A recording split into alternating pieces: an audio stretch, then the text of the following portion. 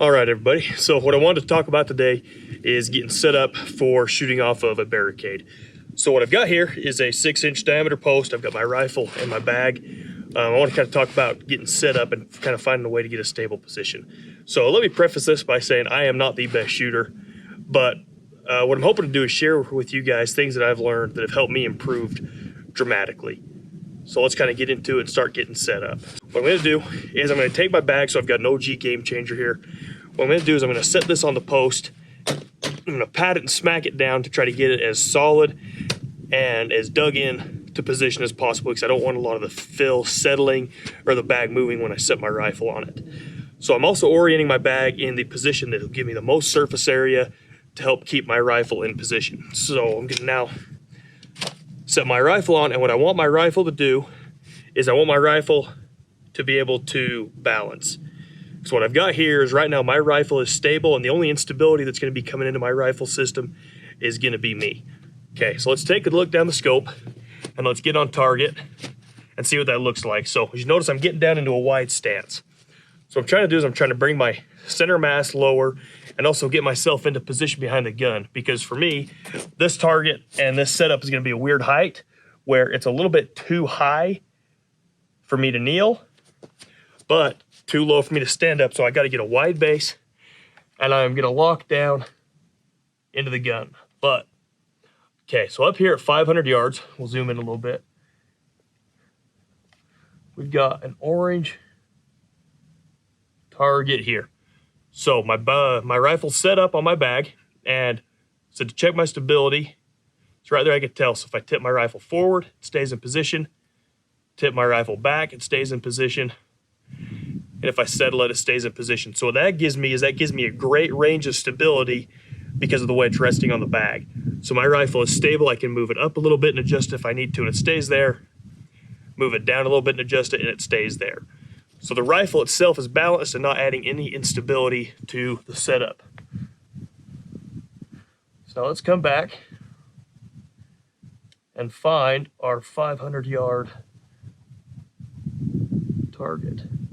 So now this looks like it's about a 2 MOA wide target. So at 500 yards, that's about 10 inches. But as you can see, right now the rifle is setting and resting perfectly on the target.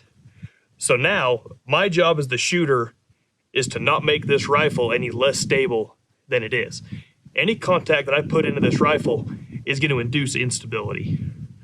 So I like to come up and kind of grab either at the top of my scope around the bell or come up around my handguard and press down, because I want my front hand to be able to counteract any influence that I get from my backhand. So I'm going to come in, look through my scope, get on target. As you can see, it's a little bit shakier than it was, but right there still pretty good. So this hand in this position is not adding anything negative to the rifle. So I'm going to come up and I'm going to engage with my trigger hand.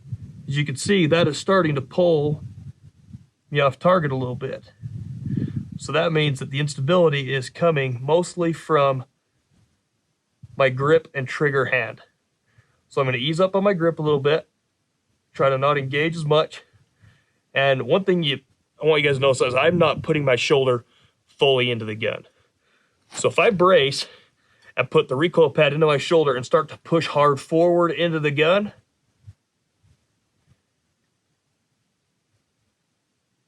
I can hold it close, but I'm still getting a fair bit of wobble. That's because my gun is balanced on the center, and if I'm putting force on the back, I am causing movement and motion there. So what I'm going to try to do is I'm going to back my shoulder off, because I just need to catch the recoil of this rifle, and I don't want to put too much into it to start moving it. Okay, so we'll get back on target. Okay, got my front hand on. I'm going to come up, and now I'm going to lock my legs, because what I'm going to do here is if I keep my knees bent, what I'm doing is I'm using my muscles to keep me into position. And what that's going to do is your muscles start to wear out and they start to shake. If you lock your legs, you're going to be bone-on-bone contact, which for these short periods of time that you're going to be shooting is going to be the most stable. So let's get back onto target. Okay, nothing's touching the rifle but my right hand. Let's come in, and I'm just going to do a dry fire here for this one. Let's see what we end up with. So let's come off safe. Target's where I want it. Okay, so I'm getting a little bit of shake. So I'm gonna lock my legs. I'm gonna come in and deepen my stance a little bit because I can feel myself crouching over. Okay, I've gone target. Put my trigger hand on. As minimal influence as possible. Right there. Let's try one more. Right there. So both of those, it looked like, at least to me, we'll go back and review, looked like they would have been on target. As you can see, I've still got some wobble. I've still got some work to do. The people that have been doing this longer than me are able to get rid of even more of that.